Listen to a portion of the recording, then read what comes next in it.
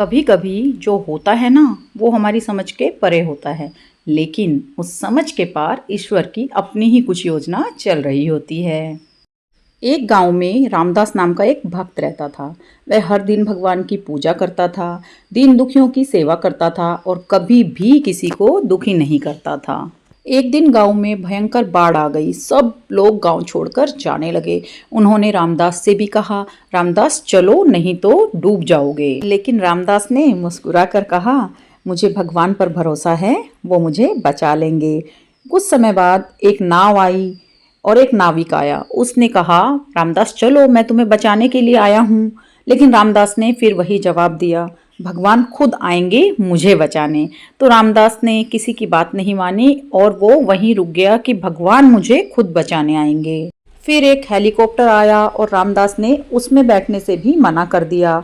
अंततः बाढ़ बढ़ती गई और रामदास बह गया। मृत्यु के बाद वह स्वर्ग पहुंचा और भगवान से शिकायत की, प्रभु मैंने इतने मन से आपकी सेवा की, लेकिन आपने मुझे फिर भी नहीं बचाया। तो भगवान ने मुस्कुराते हुए कहा, बेटा मैंने तुम्हें बचाने के लिए नाव और हेलीकॉप्टर दोनों भेजे थे, लेकिन तुमने ही मना कर दिया।